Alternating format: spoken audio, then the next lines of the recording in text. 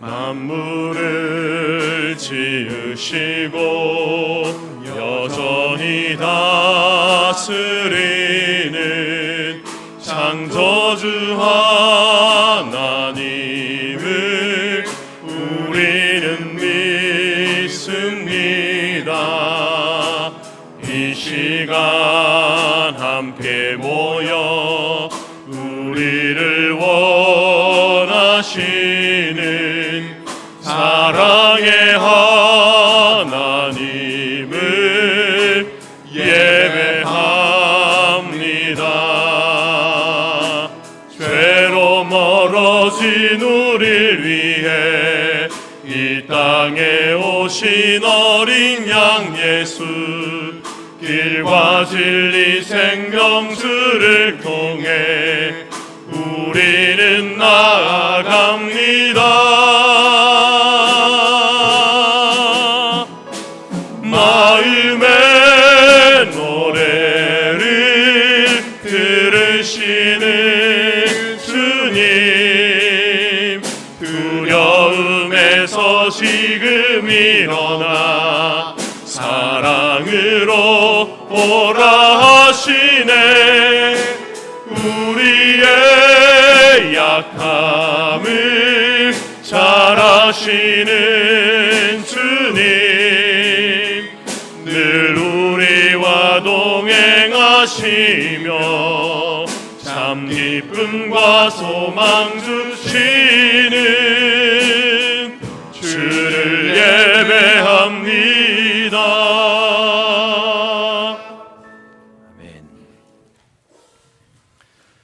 하나님이여, 주의 인자를 따라 내게 은혜를 베푸시며 주의 많은 긍휼을 따라 내 죄악을 지워주소서.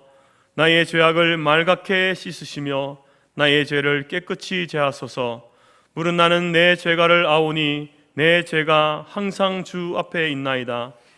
내가 주께만 범죄하여 주의 목전에 악을 행하였사오니 주께서 말씀하실 때에 의로우시다 하고 주께서 심판하실 때에 순전하시다 하리이다. 아멘.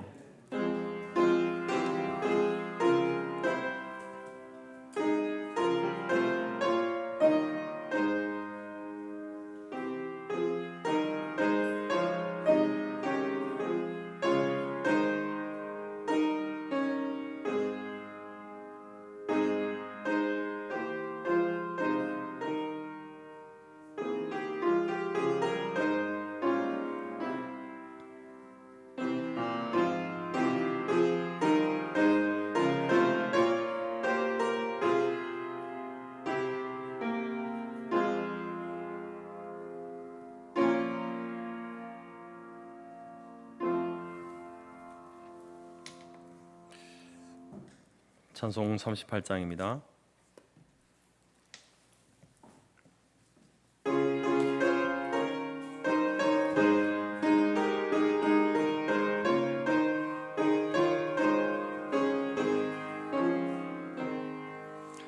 예수 우리 왕이여,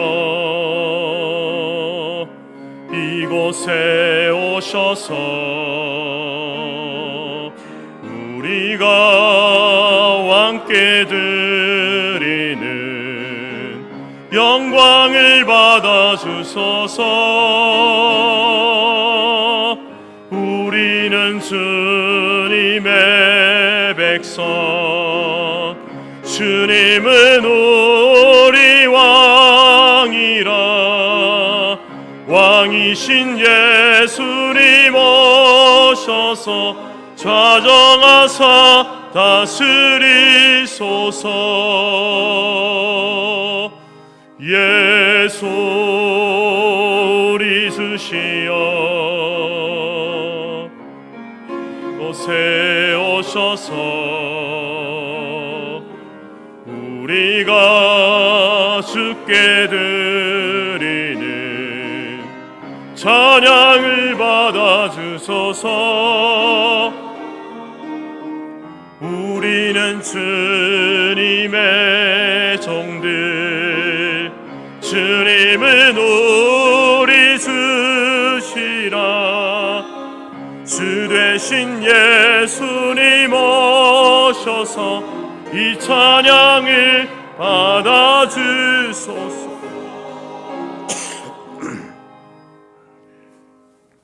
교동문 62번 시편 143편입니다.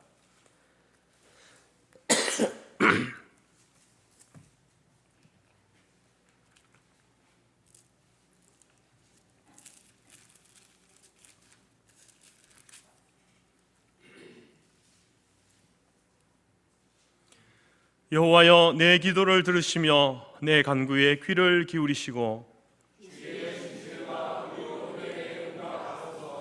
주의 종에게 심판을 행하지 마소서.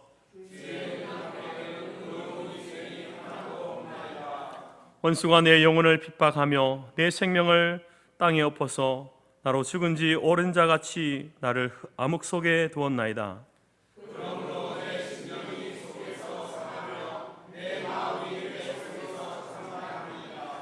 내가 옛날을 기억하고 주의 모든 행하신 것을 읊조리며 주의 손이 행하는 일을 생각하고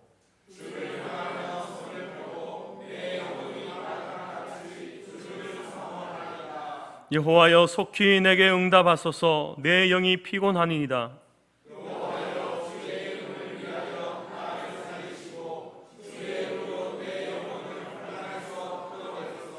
주의 인자하심으로 나의 원수들을 끊으시고 내 영혼을 괴롭게 하는 자를 다 멸하소서. 나는 주의 종이니이다. 아멘. 사도신경으로 신앙 고백드립니다. 나는 전능하신 아버지 하나님, 천지의 창조주를 믿습니다. 나는 그의 유일하신 아들 우리 주 예수 그리스도를 믿습니다. 그는 성령으로 잉태되어 동정녀 마리아에게서 나시고 본디오 빌라도에게 고난을 받아 십자가에 못 박혀 죽으시고 장사된 지 사흘 만에 죽은 자 가운데서 다시 살아나셨으며 하늘에 오르시어 전능하신 아버지 하나님 우편에 앉아 계시다가 거기로부터 살아있는 자와 죽은 자를 심판하러 오십니다. 나는 성령을 믿으며 거룩한 공교회와 성도의 교제와 죄를 용서받는 것과 몸의 부활과 영생을 믿습니다. 아멘. 자리에 앉으시겠습니다. 찬송가 67장입니다.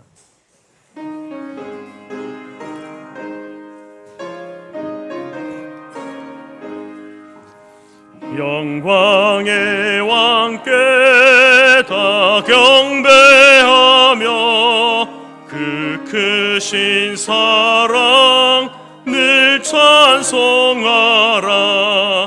옛부터 영원히 참 방패시니 그 영광의 주를 다 찬송하라. 능력과 은혜 다 찬송하라. 그 옷은 햇빛 그 집은 궁창 그 노래 소리로 순호하시고 폭풍의 날개로 달려가신다. 저 아름답고 놀라운 일이 가득한 이 땅 다 주의 종화 그 힘찬 명령에 더 잡히나니 저 푸른 바다는 옷자락이라 질그릇같이 연약한 인생 주 의지하여 늘 강건하리.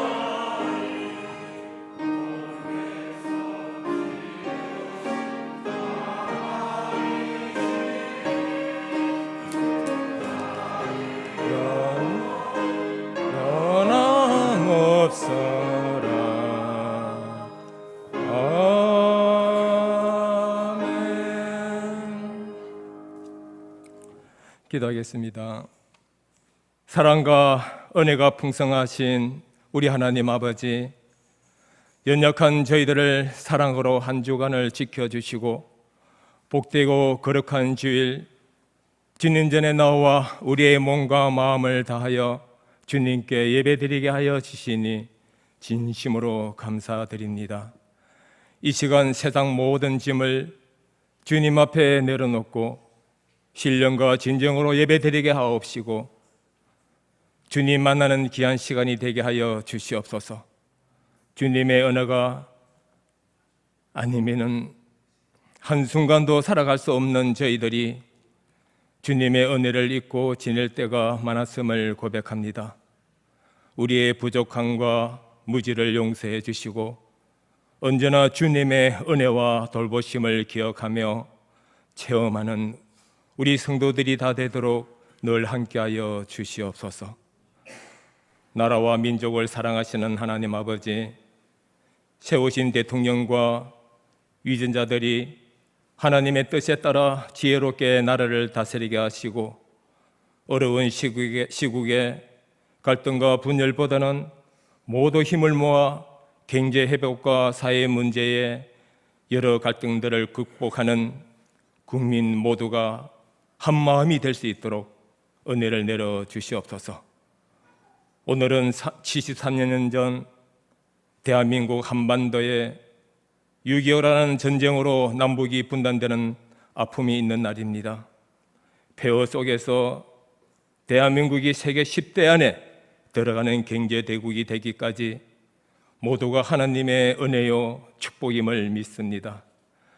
그러나 지금 우리나라는 점차 이상한 것들이 나타나고 많은 성도들이 믿음이 떠나가고 자기의 온갖 악한 세력들이 아니라 이 세력들이 이 땅을 미혹하라 합니다.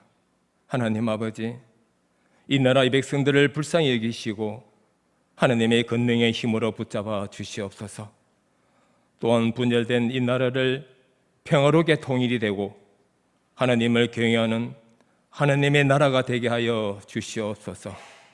하나님 아버지, 저희 성도교회를 지금까지 지켜주시고 인도해 주심을 감사드리며 또한 주님의 은혜의 모든 감사를 또한 드립니다.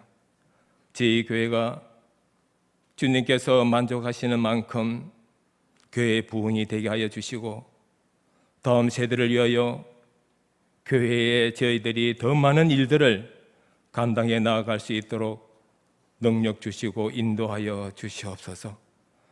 특별히 우리 성도들 간 사랑으로 하나 되게 하여 주옵시고 서로의 마음을 나누며 기도로 힘이 되어주는 교회가 되게 하여 주옵소서. 또한 간절한 마음으로 주님 앞에 나온 성도들이 있습니다. 주님께 간구하는 기도를 기억하여 주시고 주님께 붙잡혀 살아가는 삶이 되게 하여 주옵소서. 모든 성도들 가정과 일터와 자녀들 위해 하나님의 인도하심과 평강이 넘치게 부어 주시옵소서. 예배와 주의 일에 헌신과 봉사하는 손길들을 축복하여 주옵소서. 또한 이 시간 하나님의 말씀을 들고 단위에 서신 목사님을 권능으로 붙잡아 주시고 선포되는 말씀을 통하여 주님께서 저에게 향하신 뜻을 깨닫고 약하고 심한 심령을 강하게 하시고 치유되는 복된 은혜의 시간이 되게 하여 주옵소서. 정성들어 준비한 아름다운 찬양을 올려드리는 할렐루야 찬양대의 찬양을 기뻐 받으시고 하늘 문을 여셔서 하나님과 저희들이 연합되어지는 아름다운 예배가 되게 하여 주옵소서. 모든 것을 주님께 감사드리며 우리 주 예수 그리스도 이름으로 기도드리옵나이다. 아멘.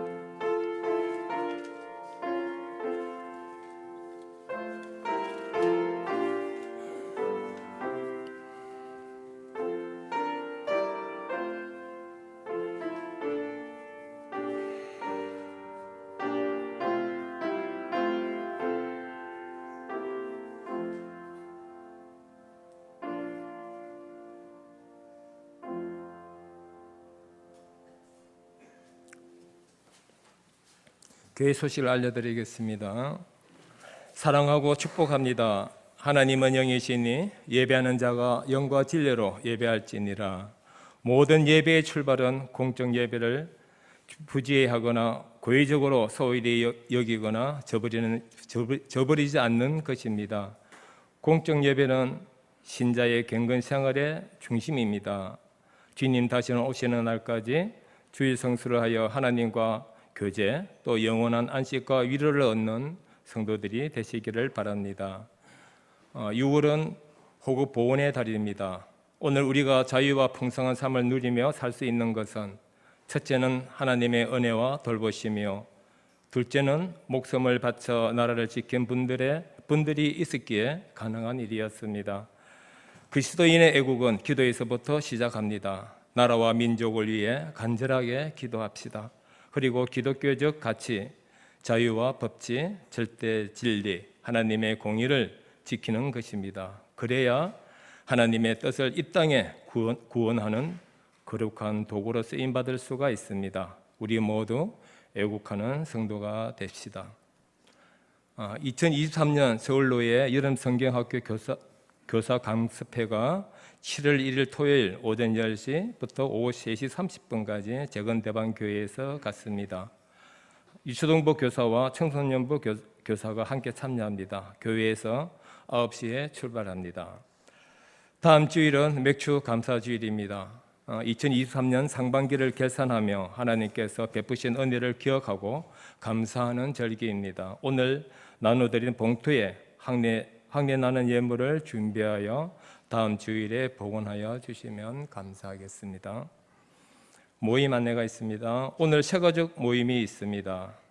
그리고 28일 수요일 저녁 카톡 당일을 갖습니다. 재건 서울 노예사나 강원도 지역 교회 시찰이 6월 26일 월요일, 27일 화요일 재건 오덕교회와 예답교회에서 있습니다. 재건 동산교회 손학준 집사 장로 장례비 7월 2일 주일 오후 2시 재건 동산교회에서 있습니다. 교회 소식입니다. 안창일 지사님께서 지난 금요일 경미한 교통사고로 머리 어깨를 다쳤습니다. 빠른 회복을 위해 기도해 주시면 감사하겠습니다. 7월 8일로 매일 성경이 나왔습니다. 구입하셔서 매일 말씀 묵상하시기를 바라겠습니다. 감사합니다.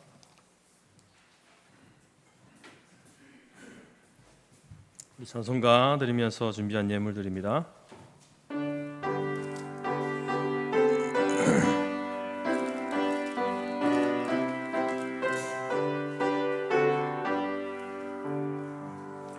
주 안에 있는 나에게 딴 근심이 있으랴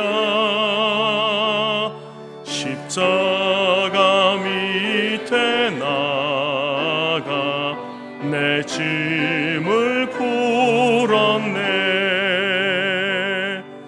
주님을 찬송하면서 할렐루야 할렐루야 내 앞길 멀고 험해도 나 주님만 따라가리. 그 두려움이 변하여 내 기도 되었고 전날의 한숨 변하여 내 노래 되었네. 주님을 찬송하면서 할렐루야 할렐루야 내 앞길 멀고 험해도 나 주님만 따라가리. 내 주는 자비하셔서 늘 함께 계시고 내 궁핍함을 아시고 늘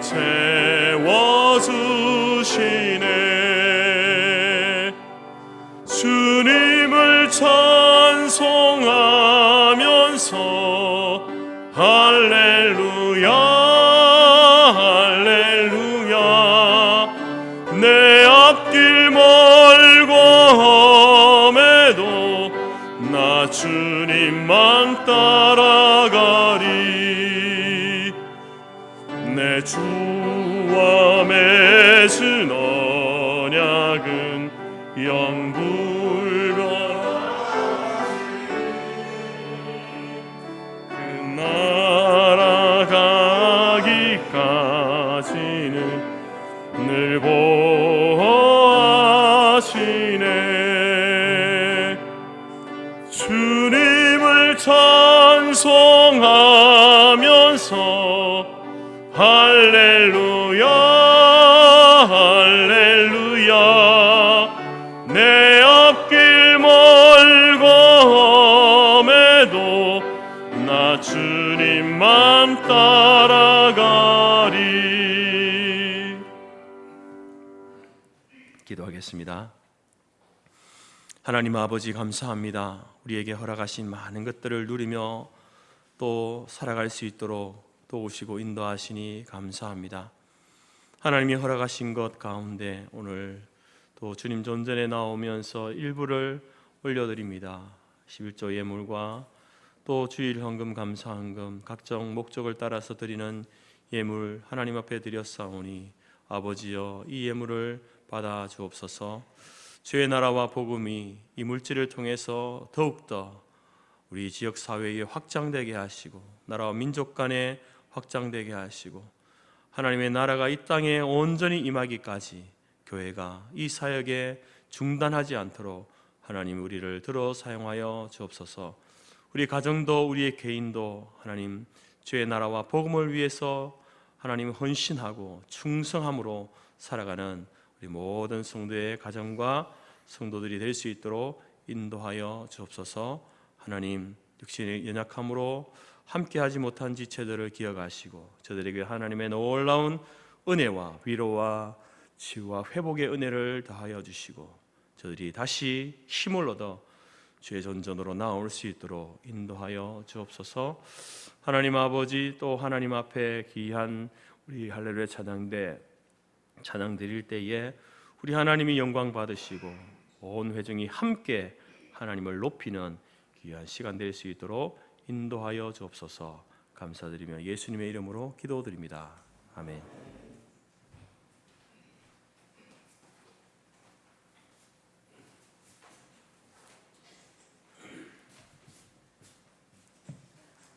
하나님이 우리에게 주신 말씀은 로마서 12장 1절에서 2절까지이며 신약 256페이지입니다. 앞 화면에도 있습니다.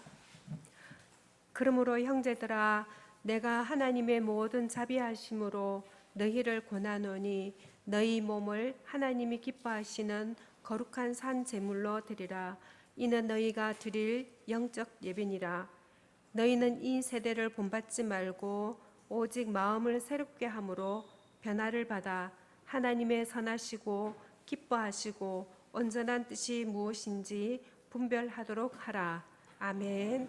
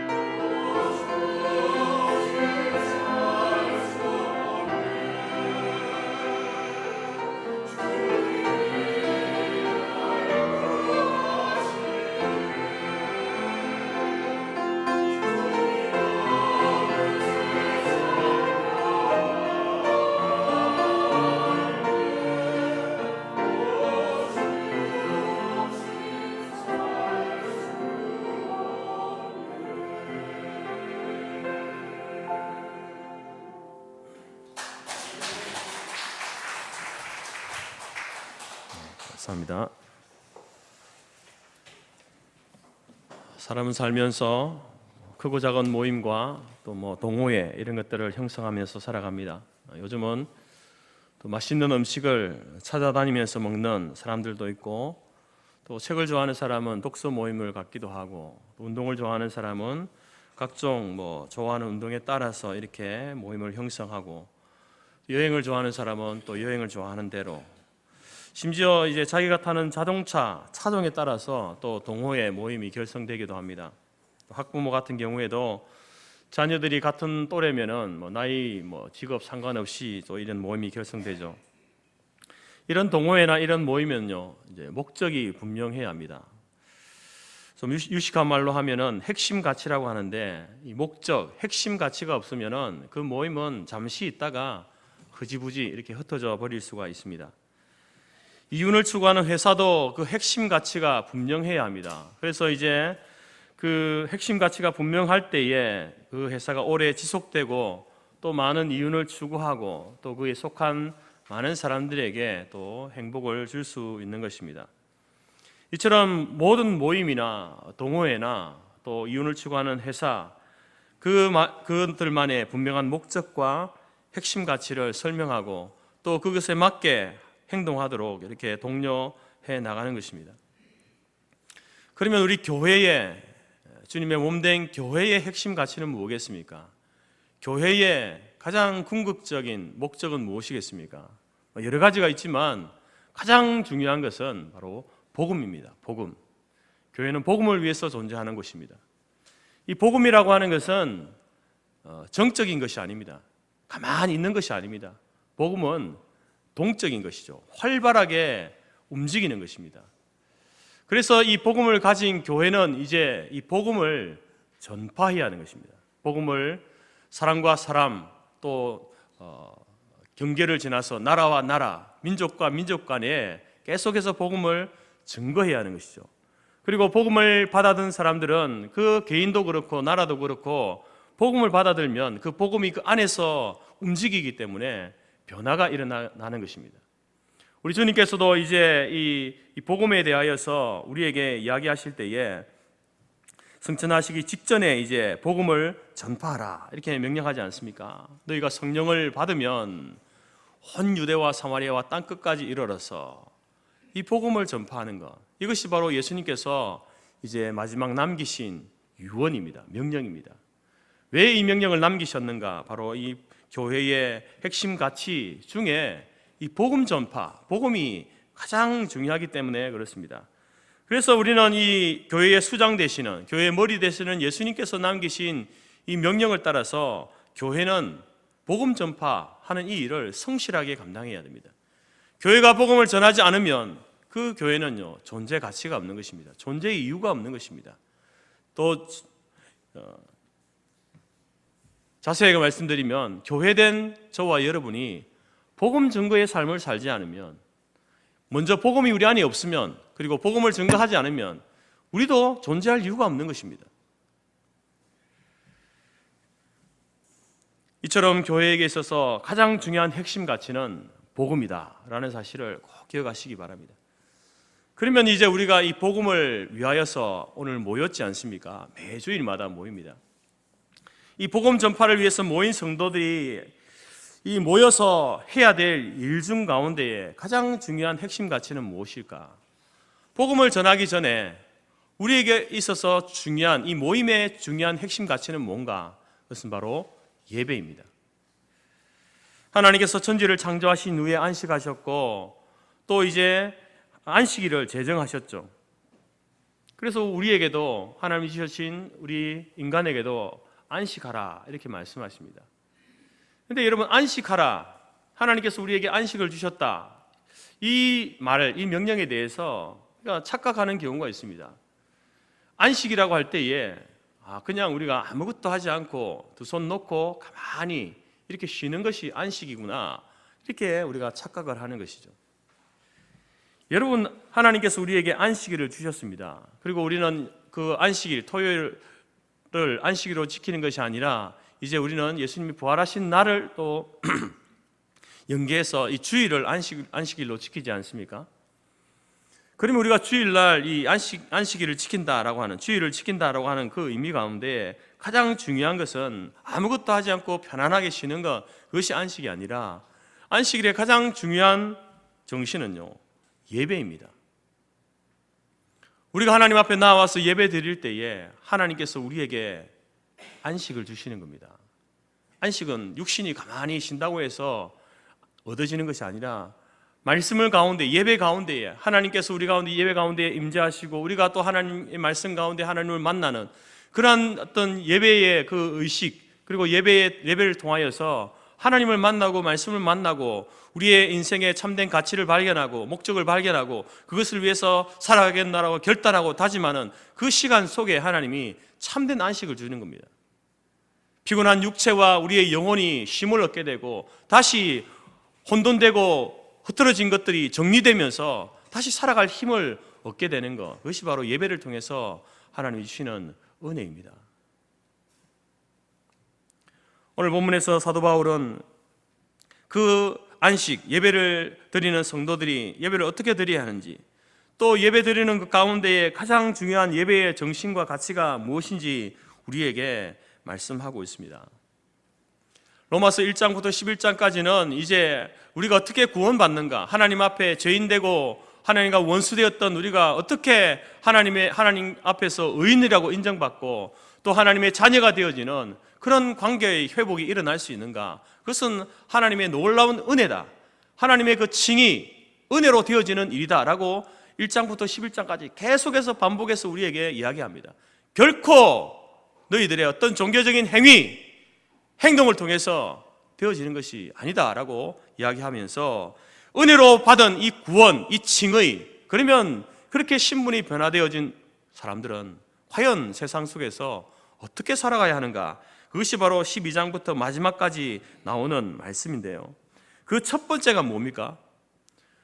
하나님 앞에 의롭다고 인정받고 구원받은 하나님의 백성들이 살아가는 삶에 있어서 가장 중요한 것, 첫 번째로 여겨야 할 것이 무엇인가? 오늘 바로 12장에서 그것을 예배라고 이렇게 우리에게 이야기하고 있습니다. 우리 1절 말씀 다 같이 다시 한번 읽어보겠습니다. 시작. 그러므로 형제들아, 내가 하나님의 모든 자비하심으로 너희를 권하노니 너희 몸을 하나님이 기뻐하시는 거룩한 산 제물로 드리라. 이는 너희가 드릴 영적 예배니라.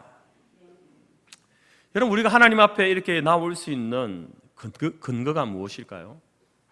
이유가 무엇일까요? 여러분, 오늘 본문에서는요, 하나님의 모든 자비하심으로, 하나님의 자비하심이 우리가 예배드릴 수 있는 근거입니다. 죄인되고 원수되었던 우리가 어떻게 하나님 앞에 나올 수 있습니까? 우리에게 그럴 만한 것이 전혀 없는데 그렇게 하나님 앞에 나올 수 있는 이유는 하나님의 자비하심이다, 하나님의 사랑하심이다. 이 사실을 여러분 한순간도 잊지 마시기 바랍니다. 하나님 앞에서 자기 자신을 울줄거리면서 하나님 이 정도면 됐지요 라고 말하는 그 순간 여러분, 그 사람은 교만의 죄를 짓고 있는 것이죠. 여러분, 우리가 하나님 앞에 그 섬기는 일을 하는 것도, 봉사의 일을 하는 것도, 직분을 맡아서 그 일을 하는 것도요, 그 근거가 하나님의 자비하심에 있다는 사실을 잊지 마시기 바랍니다. 그리고 그 하나님의 자비하심으로 인하여서 하나님 앞에 나온 사람들이 드려야 할 그 예배를 일컬어서 오늘 영적 예배다 이렇게 이야기합니다. 여러분, 이 한국 교회 안에 영적이다 혹은 영성이다라는 말이 얼마나 크게 왜곡됐는지 모릅니다. 여러분들은 영적 예배다, 영적이다라는 말을 들 때 어떤 생각이 드십니까? 어떤 느낌이 드십니까? 흔히 영적이라고 하면요, 보통 사람들, 일반적으로 교회 다니는 사람들 그렇고 우리 몸과는 크게 상관없는 아주 종교적이고 거룩한 예배, 신비한 것을 경험하는, 종교적인 초월을 경험하는 그러한 예배, 그 예배를 영적 예배다 이렇게 이야기합니다. 물론 틀린 말은 아니지만 그 예배 가운데 여러분, 우리가 하나님의 그 신비한 감추어진 것들을 예배를 통해서 경험하게 됩니다.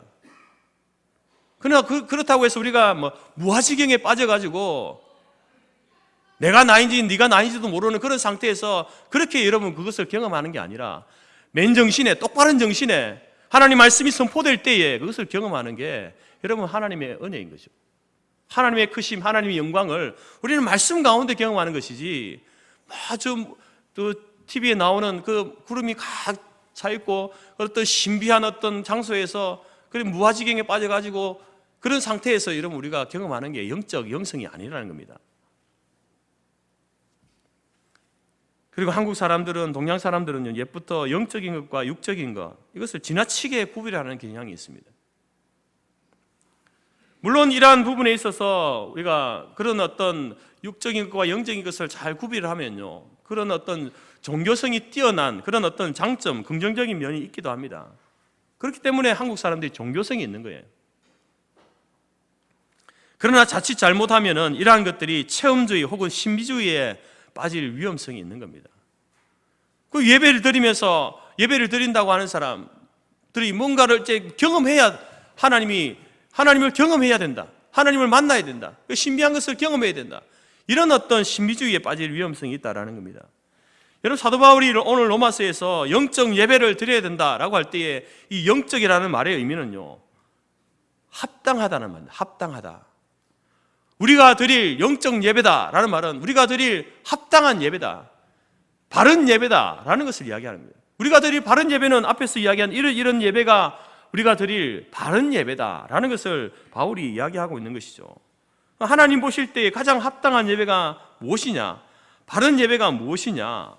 그것은 몸을 배제한 채 우리의 영혼만 하나님께 기뻐하는 그런 예배가 아니라, 하나님이 기뻐하시는 가장 합당한 예배, 가장 바른 예배는 우리의 몸도 거룩한 산제물로 하나님께 드리는 예배, 그 예배, 우리의 영혼도 우리의 몸도 함께 하나님께 드리는 그 예배가 합당한 예배다, 바른 예배다, 영적 예배다라고 이렇게 이야기하고 있는 것입니다.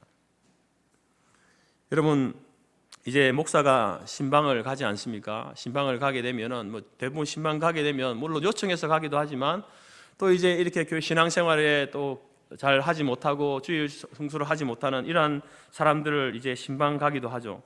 그러면 신방 가서 이제 권면을 합니다. 권면을 할 때에 흔히 하는 말들이 뭐냐면은, 목사님, 제가 요즘 바빠서 교회는 나가지 못하지만 저는 제 마음속에는 늘 언제나 교회가 있습니다. 제 마음속에는 늘 하나님이 계십니다. 이런 이야기를 합니다. 제가 교회는 가지 못했지만 제 마음속에 늘 저는 교회와 함께 있었고 하나님과 함께 있었습니다. 이런 이야기를 합니다. 저는 그런 이야기를 들으면요, 그분의 말을 50%밖에 안 믿습니다. 그리고 그분의 신앙에 대해서 물음표를 던집니다. 과연 저분은 예수님을 믿을까? 하나님을 믿을까? 물론 특별한 경우에 교회에 오지 못하는 경우가 있죠.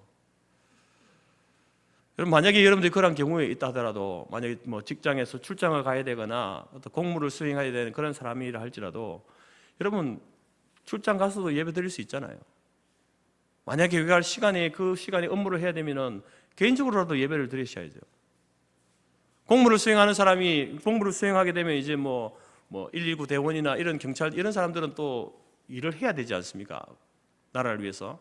그런 사람들에게는 예외적으로 이게 주일 성수를 범하게 되어지는데, 그런 사람일지라도 여러분 개인적으로 예배를 드려야죠. 나는 이런 일을 하니까 아예 이 주일은 예배와는 상관없이 그 일만 한다, 이런 모습으로 나가서는 안 되는 것입니다. 그런 사람이 아닌 경우에 또 특별한 경우가 있을 수는 있지만, 그렇지 않은 경우에 여러분 예배에 출석하지 않고 교회 나오지 않으면서, 그 왜 교회 나오지 않았습니까? 잘 나오십시오. 목사님, 제가 일이 바빠서 좀 요즘 하고 있는 일이 있는데 이 일이 돼야 되는데 제가 교회 나가지는 못하지만 제 마음은 늘 교회와 함께 있습니다. 제 마음속에 늘 하나님이 있습니다. 물론 그럴 수 있습니다.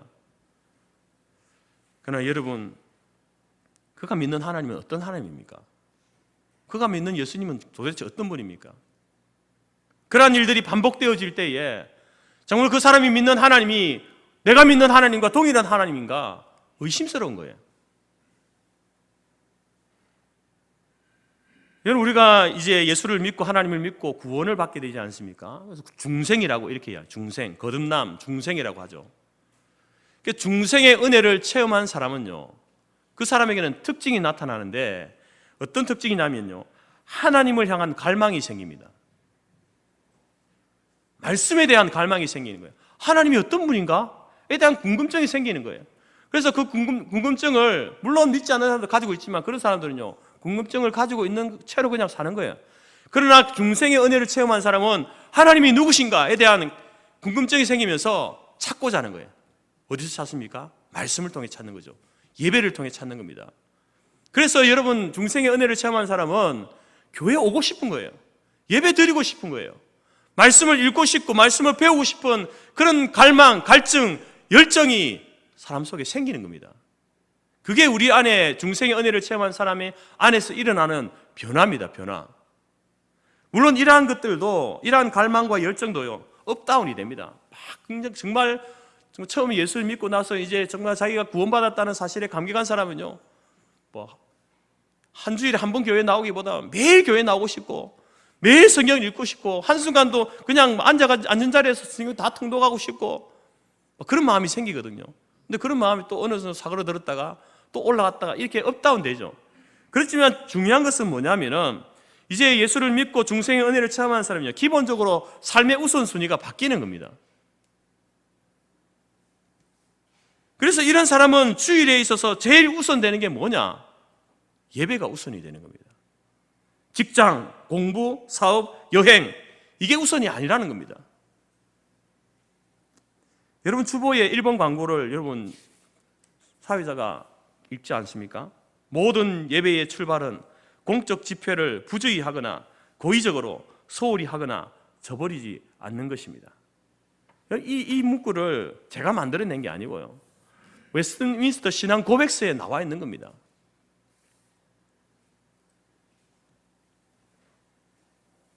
성경적인 가르침을 요약해서 이 문장으로 만들어낸 거죠.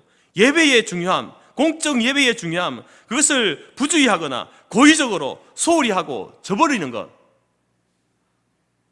그런 사람은요, 중생의 은혜를 체험하지 못한 사람이죠. 주일 성수하지 못하는 분들이 오늘 이 광고 1번을 늘 읽으면서도 마음에 찔림이 없다, 전혀 마음에 찔림이 없다, 그러면요, 그 사람은 자기 중생에 대해서 의심해 봐야 되는 거예요. 다시 재고해 봐야 됩니다. 바울이 로마서를 기록할 당시에 로마는요, 그리스의 모든 철학과 문화가 그대로 흡수된 사회였습니다. 그리스 철학의 가장 근본적인 특징이라고 할 수 있고 문제라고 할 수 있는 것은 몸과 마음을, 몸과 영혼을 분리하는 겁니다. 그래서 영과 육체의 이분법이 그리스 철학의 핵심이 되는 거죠. 대표적인 사람이 누굽니까? 플라톤이라는 사람이에요. 플라톤. 그래서 플라톤은 우리가 사는 세상은 현상계, 눈에 보이는 세계와 이데아계, 눈에 보이지 않는 이데아계가 이렇게 나누어진다, 이렇게 이야기합니다. 여러분, 이 플라톤이요, 아리스토텔레스 때는요, 눈에 보이지 않는 세계에 대해서 이야기하지 않습니다. 눈에 보이는 것만을 이야기하거든요. 그 아리스토텔레스 얼마나 위대한 철학자입니까? 근데 그것을 뛰어넘는 사람이 플라톤이거든요. 왜냐하면 플라톤은 눈에 보이지 않는 세계를 이야기하는 거예요. 그래서 성경에서 이야기하면 그 하나님의 나라에 대한, 하나님의 그런 또 눈에 보이지 않는 세계가 존재한다라는 것을 이야기한 부분에 있어서 플라톤은요, 정말 위대한 철학자입니다. 그러나 그의 어떤 이 철학의 단점이 뭐냐? 그것을 너무나 이렇게 나눠버리는 거죠. 현상계와 눈에 보이는 현상과 눈에 보이지 않는 그 이데아계를 나눠버리는. 그래서 이제 그리스 철학의 이 로마에 흘러가면서 그런 어떤 이분법이, 몸과 영혼을 분리하는 그런 이분법이 그 사회에 흘러가게 되면서 모든 사람들이 우리의 몸, 우주만 아니라, 전 우주만 아니라 우리의 몸도 몸과 영혼으로 분리된다. 그리고 영혼은 고귀한 것이고 몸은 저속한 것이다. 이런 어떤 사고가 그 사람들 사이에 이렇게 자리하고 있었습니다. 그런 사회에서 바울이 말하는 몸을 하나님께 산제물로 드려라, 이 말이 뭡니까? 다시 말해서 그들에게 있어서 예배는요, 하나님 앞에 영혼으로 드리는 예배, 이 예배만이 참된 예배다, 이렇게 믿고 있는 거예요. 그러나 사도 바울은 그렇지 않다. 영으로 하나님을 예배해야 되지만 몸으로, 우리의 몸이 하나님의 산제물이 되려서 그 몸을 하나님께 드리지 않는다면은 그 예배는 정직한 예배가 아니다. 바른 예배가 아니다. 합당한 예배가 아니다. 우리의 몸도 우리의 영혼도 함께 모두가 전 인격이 하나님 앞에 예배로 드려질 때에 그것이 참된 예배, 바른 예배다라고 이렇게 가르치고 있는 겁니다. 여러분, 또 이 몸을 산제물로 드리라라는 이 말, 이 산제물이라는 말, 여러분 살아있는 제물이라는 그런 말이죠.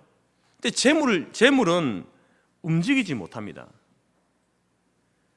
꽁꽁 묶어두지 않습니까? 그리고 그 제물을 죽입니다. 죽여서 이제 피를 드리거나 태워서 드리거나 하지 않습니까? 옛날 아브라함이 모리아산에서 사랑하는 아들 이삭을 하나님께 제물로 드릴 때에 어떻게 했습니까? 이삭을 꽁꽁 묶었죠. 움직이지 못하도록 묶었습니다. 몸을 묶었습니다. 예수님께서도 십자가 위에 죽으실 때에 그 손과 발이 못 박히셔서 꼼짝하지 못하게 되신 것처럼 제물은요, 자기 몸을 자기 마음대로 움직이지 못하는 게 제물입니다. 다시 말해서 여러분, 산제물로, 우리의 몸을 산제물로 드리라라는 그 말의 의미는 뭐냐면은 우리의 몸을 몸으로 예배드리는 자가 되기 위해서는요, 하나님께 온전히 드린 바가 되어서 내 몸을 내 마음대로 주장하면 안 되는 겁니다. 내 몸을 내 마음대로 주장하는 게 아니라 하나님이 주장하시도록 하는 그게 산제물이라는 말입니다. 근데 여러분, 우리는 어떻습니까? 우리의 몸도 그렇고 우리의 생각도 그렇고 하나님이 주장하시는 바대로 그렇게 살고 있냐, 예배드리고 있냐? 그렇지 못합니다. 우리의 몸과 우리의 생각을 내 마음대로 움직이고 있지 않습니까?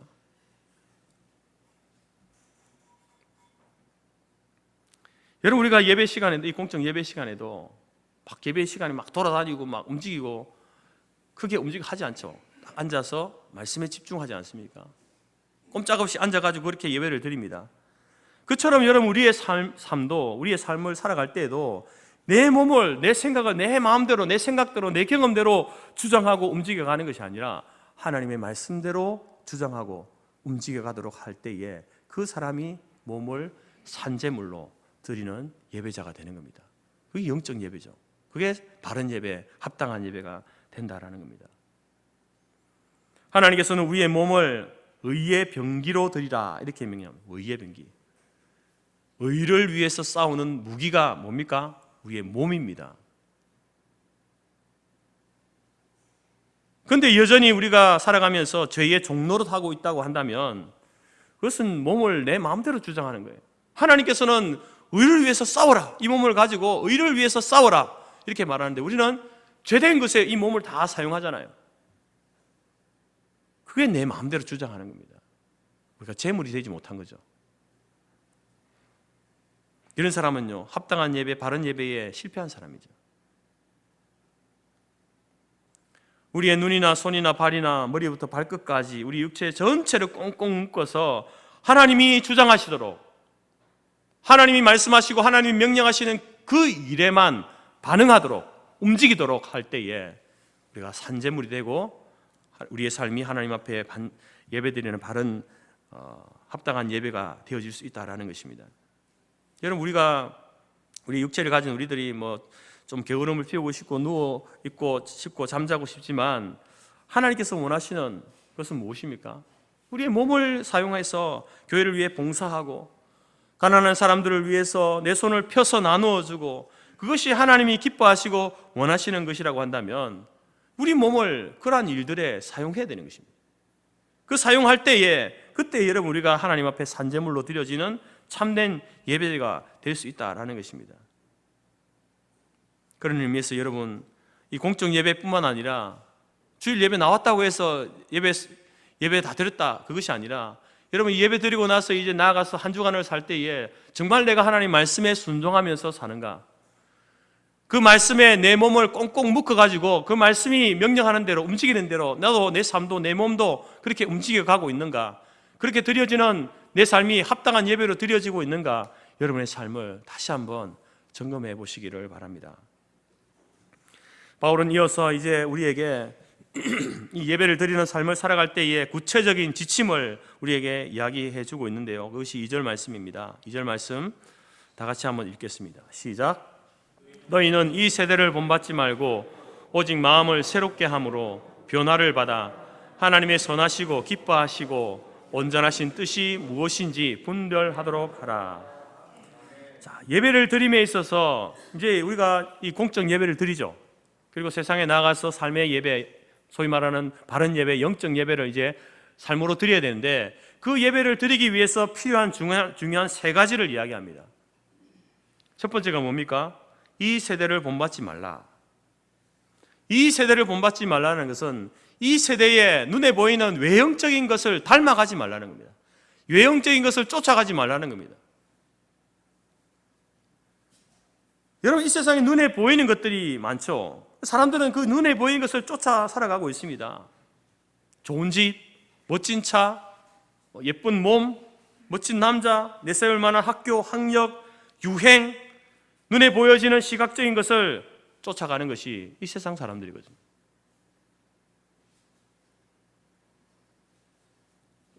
요즘 또 윤 대통령이 또 고입 시험에 대해서 이야기해가지고 또 막 논란이 일어나지 않습니까? 이렇게 이제 입시 제도가 바뀌게 되면은 또 이제 부모들은요, 또 그게 후 몰려가는 거죠. 근데 그 자체가 문제가 아니라 그것이 그 삶을 주도해 간다는 겁니다. 세상의 유행, 좋은 집을 얻고자 하는 것, 좋은 어떤 직장을 얻고자 하는 것, 어떤 고학력을 얻고자 하는 것, 이것이 그 자체가 죄가 아니잖아요. 좋은 집에 살고 싶고 좋은 차 타고 싶고 내가 더 열심히 공부해가지고 좋은 어떤 학력을 갖고 싶은 것은 누구나 그런 마음을 가지고 있는데 문제가 뭡니까? 그것이 그 삶을 이렇게 드라이브 해가는 거죠. 그것이 움직여지는 대로 내 인생도 왔다 갔다 하는 거죠. 사람들이 몰려드는 곳에 나도 거기 같이 가야 되는 겁니다. 따라가야 되는 겁니다. 이 세대를 본받지 말라는 것은 그런 세상의 유행, 그런 것에 휩쓸려 가지 말라는 겁니다. 여러분, 하나님은 영이십니다. 하나님이 영이시다라는 말에 그 여러 가지 의미가 있지만 첫 번째 의미는요, 하나님은 눈에 보이지 않는 분이잖아요. 하나님이 영이시다라는 말은 눈에 보이지 않는 분이라는 말이에요. 그리고 또 하나 중요한 의미는 하나님이 영이시다 할 때예요. 여러분, 하나님을 내 생각으로 판단하고 재단해서는 안 된다는 겁니다. 내 경험으로, 그런 인간적인 사고방식으로 하나님을 생각해서는 안 된다는 말이 하나님은 영이시다라는 말입니다. 자, 눈에 보이지 않는 하나님을 예배하는 우리에게 있어서 중요한 것이 무엇인가? 눈에 보이는 것이 중요한가? 눈에 보이지 않는 것이 더 중요한가? 하나님은 영이십니다라고 고백할 때 그 고백 속에는요, 하나님 눈에 보이는 것보다 보이지 않는 것이 더 소중하고 가치 있습니다, 이 고백이 담겨 있는 겁니다. 그런데 우리는 어떻습니까?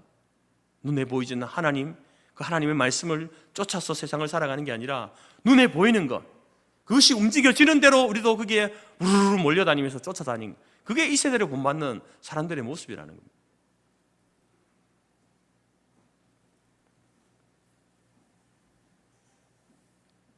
눈에 보이지 않는 것보다 눈에 보이는 것을 더 중요한 가치로 알고 그 가치를 쫓아 살아가는 사람, 그 사람은요, 하나님 앞에서 합당한 예배 못 드립니다. 삶의 예배 못 드립니다. 여러분은 어떻습니까? 눈에 보이는 것이 여러분 마음속에 들어와서 자리하고 있지 않습니까? 그것이 움직여지는 대로 살아가고 있지 않습니까? 그 사람은 이 세대의 가치를 쫓아가는 사람이죠. 마음을 바꾸고 생각을 바꾸어서 이 세대의 외형을 따르는 그런 자들이 아니라 보이지 않는 것이 더 소중하다, 보이지 않는 하나님과 하나님께서 우리에게 주신 그 말씀을 따라 사는 것이 더 가치 있고 더 중요한 것이다 라는 사실을 기억할 때에 여러분, 우리가 삶에서 영적 예배, 바른 예배를 드릴 수 있는 겁니다. 두 번째로 예배자는요, 마음을 새롭게 하라고 이렇게 이야기합니다. 마음을 새롭게 하라. 우리의 마음부터 온전히 바뀌어져야 우리의 생각이 바뀌어집니다. 여러분, 마음을 새롭게 함으로 이것이 우리의 생각을 뿌리부터 바꿀 수 있다는 겁니다. 마음이 바뀌지 않으면요, 생각이 안 바뀝니다. 여러분, 이 중생의 은혜는요, 중생이라고 하는 것을 정의할 때에, 거듭남, 중생을 정의할 때에 우리 소일문답에서는요, 의지의 변화 이렇게 이야기합니다. 의지의 변화. 하나님께서 우리의 중생의 은혜를 주셨다. 그럼 그 말이 무슨 말이냐면 우리의 의지를 변화시켜 주신 거예요. 이전에 우리의 의지는 어땠냐면은 하나님을 찾지 않는 의지. 근데 중생의 은혜를 경험한 사람은요, 하나님을 찾는 의지로 바뀌는 겁니다. 근데 여러분, 여기서 마음을 새롭게 하라고 할 때요, 이 마음에는 칼빈 목사님은 이 마음을 5가지로 이렇게 나누어서 이야기해 줍니다. 크게 2가지로 나누어지는데, 영어로 이제 마인드와 하트로 나누어지거든요. 마음이라고 하는 것은 마인드와 하트로 나누어지는데, 마인드에는 3가지가 있습니다. 지성과 오성과 이성. 이 잘 기억하셔야 됩니다. 그리고 하트에는요, 감성과 의지가 있습니다. 근데 중생이 뭐라고 했습니까? 중생은 하나님께서 우리의 의지를 변화시켜 주신 거예요. 그 하트 가운데 의지를 변화시켜 주신 거예요. 하나님을 찾고자 하는, 하나님의 말씀을 따라 살고자 하는 그러한 의지로 바꿔 주신 거예요.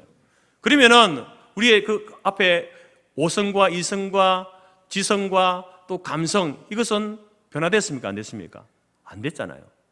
그래서 여러분, 우리가 예수 믿고 나서 구원받은 우리들이 구원받았다고 하면서도 우리가 왜 죄를 짓는가? 왜 죄의 유혹에, 마귀의 유혹에 넘어지고 죄를 짓는가? 하나님께서 우리의 의지는 변화시켜 주셨지만 이 감정과 우리의 지성과 이성과 오성은요, 아직까지 죄된 상태에 있는 거예요. 그래서 여러분, 하나님께서 우리에게 원수를 사랑하라 이 말씀을 주셔서, 그래, 말씀을 들을 때 내 원수를 사랑해야지, 그런 의지의 변화가 일어났어요, 우리 가운데. 근데 왜 살아가지 못합니까? 감정이 그게 안 따라오는 거예요. 감정이. 하나님은 우리에게 의지를 변화시켜서 원수를 사랑하라고, 저주하지 말고 축복하라고, 그래 내가 그렇게 해야지 하는데 돌아서서 보면, 그 사람 보면 어떻습니까? 감정이 먼저 일어나는 거예요. 저 원수 같은 하면서 저주하고 욕하고. 그래서 우리가 무너지는 것 아닙니까? 우리 지성도 맞아요. 지식도 마찬가지예요. 하나님 말씀이 이렇습니다, 이렇게 해야 됩니다, 의지의 변화를 줬지만 왜 그걸 못 따라합니까? 내 지식하고 이게 상반되는 게 생기면요, 지식을 따라가는 거예요. 그래서 죄를 짓는 겁니다. 판단하는 것도 마찬가지고요. 그러면 그러한 일들이 우리 가운데 종종 일어나기 때문에 나는 이렇게 내가 죄를 짓는 것 보니까 내가 구원받지 못했구나, 그렇게 생각하면 안 되는 겁니다. 내 감정이, 내 지식이, 내 경험이, 내 오성이, 나의 판단력이 하나님이 변화시켜 주신 그 의지에 순종하지 못하는구나, 그것을 쳐서 복종시켜야 되는데 그렇게 하지 못했구나. 다시 한번 여러분 말씀으로 돌아가서 하나님 변화시킨 의지를 따라서 내 감정도, 내 지성도, 내 오성도, 이성도 다 거기에 쳐서 복종시키는, 그렇게 하는 것이 몸을 병기로 사용하는 거예요. 싸우는 거예요. 내 죄된 본성과 싸워 나가는 싸움이죠. 그런 것이 계속 반복적으로 되어질 때에 여러분, 우리가 거룩해져 가는 것이죠. 성화되어져 가는 겁니다. 그래서 여러분, 우리의 마음은요, 이제 이 탐욕이 가득한 마음이 하나님께서 어떻게 변화시켜 주셨습니까? 막 내 것만 끌어모으던 그 마음이 나눌 수 있는 마음으로 변화시켜 주신 거예요. 욕심과 원망과 불평으로 가득했던 그 마음 가운데에 감사할 수 있는 마음을 하나님이 주신 겁니다. 그렇게 여러분, 그러한 마음으로 계속해서 자기를 훈련하고 바꿔 나갈 때에 여러분, 우리가 하나님 앞에 예배 드릴 수 있는 것이죠. 우리가 중생했다고 해서, 예수 믿고 구원받았다고 해서 우리 안에 이제는 탐욕, 욕심, 원망, 불평 이런 것 자체가 사라져버릴 것이다, 없을 것이다, 여러분, 그게 아닙니다. 중생은 의지에 변하지 않습니까? 탐욕의 마음, 욕심과 원망과 불평의 마음이 나눔과 감사할 수 있는 의지를 갖게 된 것, 이게 중생입니다. 우리는 이 의지를 날마다 사용하여서 나눔과 감사의 삶을 살아가야 합니다. 그럴 때에 우리 몸을 거룩한 산제사로 드리는 합당한 예배, 바른 예배를 드릴 수 있는 겁니다. 마음을 새롭게 하자는 것은 그런 의미예요. 하나님이 변화시켜 주신 그 의지에 나의 모든 것들을 복종시켜 나가는, 내 감정도 복종시키고 내 지식도 내 경험도 이성도 오성도 거기에 복종시켜 나갈 때에 우리가 하나님 앞에 삶으로 바른 예배를 드릴 수 있다라는 겁니다. 세 번째로 여러분, 예배자는요 분별해야 한다라고 이렇게 이야기하죠. 너무너무 중요한 겁니다. 무엇이 참인지 무엇이 거짓인지를 제대로 분별해야 되는 것이죠. 이것은 이제 우리의 마음 가운데의 그 오성에 해당하는 판단하고 분별하는 거죠. 그런 것인데, 이제 우리가 하나님 앞에 예배 드리고 나가게 되면 예배 가운데 이제 말씀이 선포되고 그 말씀을 통하여서 무엇이 참과 거짓인지를 우리가 알게 됩니다. 근데 세상에 나가서 하나님께서 무엇이 참이다, 무엇이 거짓이다 라고 이렇게 우리에게 알려주시는데, 그것을 딱 보면서 세상에서 그게 보이잖아요. 그러면 근데도 그것을 분별하고 참된 것을 쫓아가야 되는데 거짓된 것을 쫓아가는 이러한 모습이 있다라는 하는 것은 두 가지 사람이죠. 분별력이 없거나, 그리고 자기의 그 오성을 의지에 복종시키지 못하는 연약한 믿음을 가지고 있거나, 둘 중에 하나인 겁니다.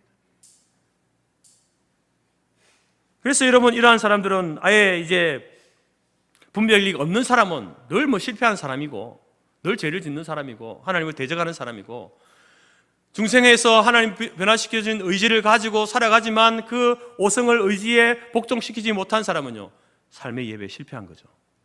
그래서 우리가 나와서 하나님 앞에 매 예배 나올 때마다 회개기도하는 이유가 뭡니까? 그런 이유 때문에 회개기도하는 거예요. 우리가 영원히 죽을 그 죄인에서 우리의 신분이 변화되었습니다. 구원받은 그 하나님의 자녀의 신분으로 바뀌어졌음에도 불구하고 그렇게 내 자신을 쳐서 복종시키지 못하는 그러한 삶을 통해서 예배의 삶을 살지 못했기 때문에 그런 연약함과 부족함을 하나님 앞에 회개하는, 고하는 거예요. 아뢰는 거예요. 이 회개기도는 구원받기 위해서 하는 기도가 아닌 겁니다. 그러니까 가인과 아벨의 예배를 보십시오. 가인은 참과 거짓을 분별하지 못했습니다. 예수님 시대에도 유대 종교 지도자들, 율법학자들, 서기관들이 있었습니다. 그들은 백성들 앞에서 하나님 말씀을 이렇게 가르치는 자들이었고 매일같이 예배드리는 사람들이었습니다. 근데 그들은 참과 거짓을 분별하지 못했습니다. 자신들이 하는 행위가 참인지 거짓인지, 하나님께 드릴 합당한 예배인지 그렇지 못한지 제대로 분별하지 못했던 사람들입니다. 그래서 그들은요 평생 말씀을 가르치고 예배를 드렸지만 하나님 앞에 실패한 자들입니다. 예배에 실패한 자들이죠. 그럼 우리는 어떻습니까? 여러분은 어떻습니까? 아직 중생의 은혜를 체험하지 못해서 분별력을 갖지 못한 사람들은 뭐 실패하는 것은 당연한 것이고, 중생의 은혜를 경험했음에도 불구하고, 소위 구원받았음에도 불구하고 우리가 그러한 것들에 실패하고 있다라고 하는 것은 아직 내가 연약한 믿음에 있다. 내가 더 많이 싸워야 하는구나. 날마다 쳐서 복종시키는 그러한 작업들이, 그러한 일들이 내 속에 일어나야 한다라는 사실을 우리가 깨달아야 하는 것이죠. 그러면서 자기 자신에 대하여서 철저하게, 자기 자신에 대해서 철저하게 여러분 소망을 두어서는 안 됩니다. 절망해야 합니다. 우리 안에는 소망이 없거든요. 하나님 변화시킨 그 의지에 쳐서 복종시키는 그 역할을 누가 합니까? 내가 하는 것 같지만 성령이 하시거든요. 말씀을 통해서 성령 하나님이 하시는 것이기 때문에 우리가 날마다 하나님 앞에 나가야 되는 것이죠. 하나님의 도움을 구하고 회개하고 또 다시 시작하고 하는 그러한 작업들이 우리 가운데 필요하게 되는 것입니다. 그래서 여러분, 이제 분별의 영을 갖게 되려면요, 이제 그 하나님께서 주신 의지의 변화와 아울러서 하나님 주시는 그 말씀이 이제 기준이 될 때에 쳐서 복종시킬 수 있는 거죠. 어디에다 쳐서 복종시킬 겁니까? 말씀의 기준이 될 때에 그 말씀에 위배되는 것들을 다 자르고 끊고 쳐서 말씀에 복종되는 내 의지, 내 감정, 내 이성, 오성, 이성 모든 것들을 복종시켜 나갈 때에 언제나 하나님의 사람으로 세워져 가게 되는 것이죠. 여러분, 시대마다 특징이 있는데 오늘 우리가 사는 시대는요, 이기주의, 물질주의, 쾌락주의, 다원주의, 상대주의, 이러한 시대에 이 세대를 본받지 말아라, 따라가지 말아라, 시대 유행을 따라가서는 안 된다라고 이렇게 이야기합니다. 대신 늘 끊임없이 말씀과 기도로 우리의 마음을 새롭게 해야 된다. 하나님의 뜻이 무엇인지를 말씀과 기도로 분별해야 된다. 그럴 때에 성령 충만한, 하나님을 우선하는 성령 충만한 삶을 살 수 있게 되는 겁니다. 시편 119편 9절에 청년이 무엇으로 그 행실을 깨끗하게 하리까? 이 청년은 청년만 아니고 우리를 이야기하는 거죠. 무엇으로 그 행실을 깨끗하게 하는가? 단순히 이 말이 여러분 행실을 깨끗하게 한다는 말이 도덕적이고 윤리적인 삶, 어떻게 하면 우리가 도덕적이고 윤리적인 삶을 살까? 그것을 질문하는 게 아닙니다. 여러분, 그 기준이 하나님의 말씀이거든요. 어떻게 하면 우리의 어떤 삶의 행위가 하나님 보시기에 옳다, 합당하다라고 여겨질 수 있는가? 어떻게 하면 그렇게 살 수 있는가를 묻는 질문이에요. 답이 뭡니까? 주의 말씀을 따라 삼갈 것입니다. 세상 사람들이 이야기하는 대로 사는 것이 아니라, 세상의 기준이 아니라 하나님의 말씀을 따라 살아가면 그것이 하나님 보실 때에 옳은 것이 된다, 옳은 행실이 된다라는 것입니다. 사랑하는 성도 여러분, 참된 진리는 반드시 삶을 동반하게 되어 있습니다. 영국 속담 중에 참된 진리는 손끝으로 나타난다. 진리를 가지고 있는 사람은요, 그 손으로, 몸으로 그 진리를 드러내게 되어 있다는 겁니다. 삶으로 고백되어진다는 겁니다. 그래서 진리가 힘이 있고 설득력이 있고 빛을 발하게 되는 것이죠. 진리를 가지고 있음에도 불구하고 그 삶이 그것을 나타내지 못할 때에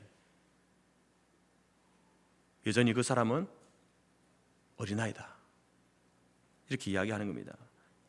진리 대신 예수님께서 나는 길이요 진리요 생명이니 진리가 너희를 자유케 하리라.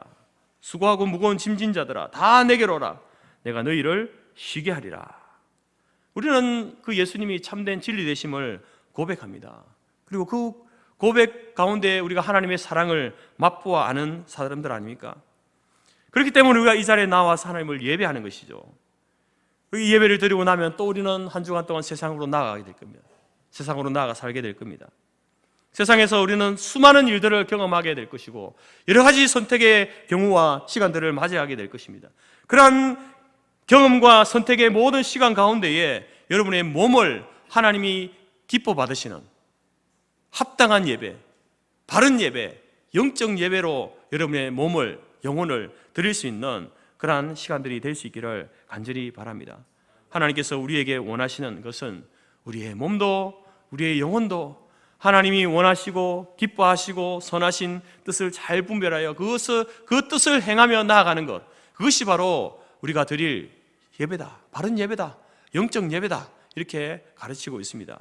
여러분, 이렇게 오늘 주일 모여서 드리는 이 공적 예배에 여러분 매 주일마다 이 예배에 성공하는 여러분들이 되시기를 바랍니다.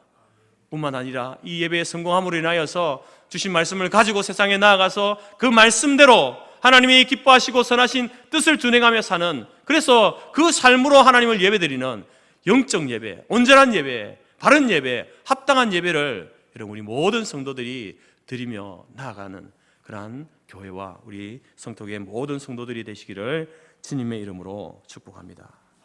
기도하겠습니다. 하나님 아버지, 감사합니다.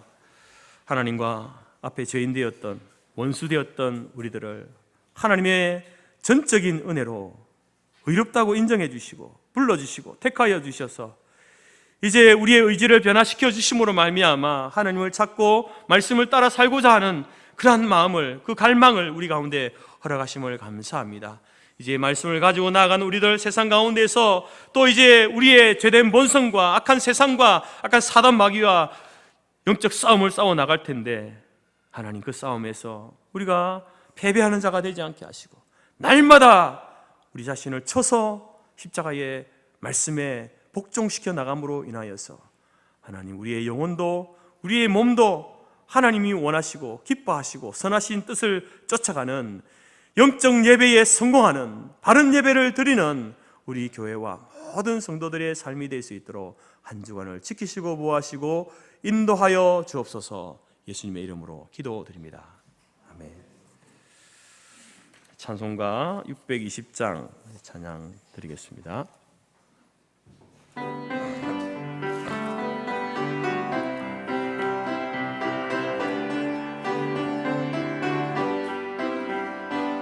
여기에 모인 우리 주의 은총 받은 자여라.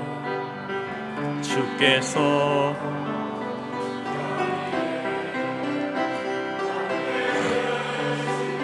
나노라 언제나 주님만을 찬양하며 따라가리니 시험을 당할 때도 함께 계심을 믿노라. 이 믿음 더욱 굳세라. 주가 지켜주신다. 어두운 밤에도 주의 밝은 빛 인도하 주신다. 주님이 뜻하신 일 헤아리기 어렵더라도 언제나 주 뜻 안에 내가 있음을 아노라. 사랑과 말씀들이 나를 더욱 새롭게 하니 때로는 넘어져도 최후 승리를 믿노라. 이 믿음 더욱 굳세라. 주가 지켜주신다. 어두운 밤에도 주의 밝은 빛 인도하여 주신다.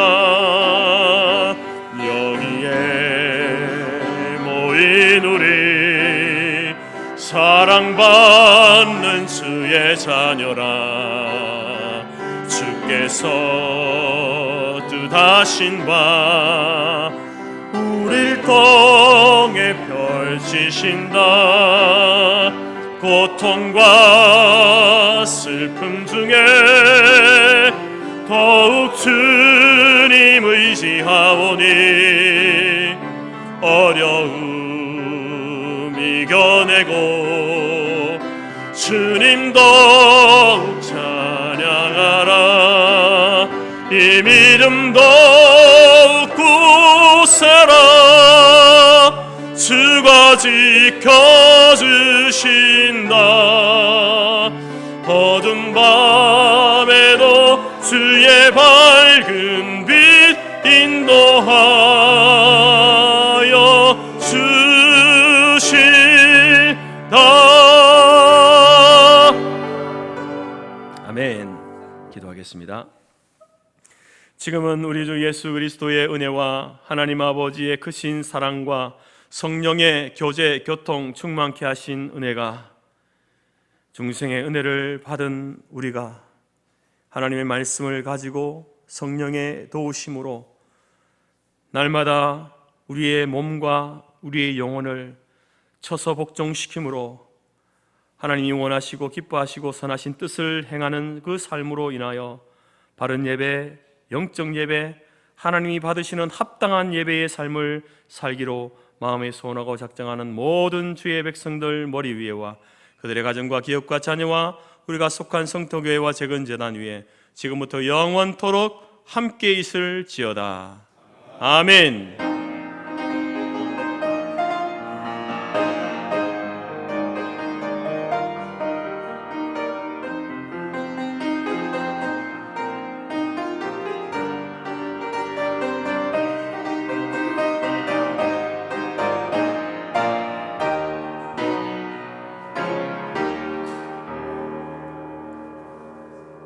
한 주간도 영적 예배에 성공하는 성도들 되시기를 바랍니다. 예배를 마쳤습니다.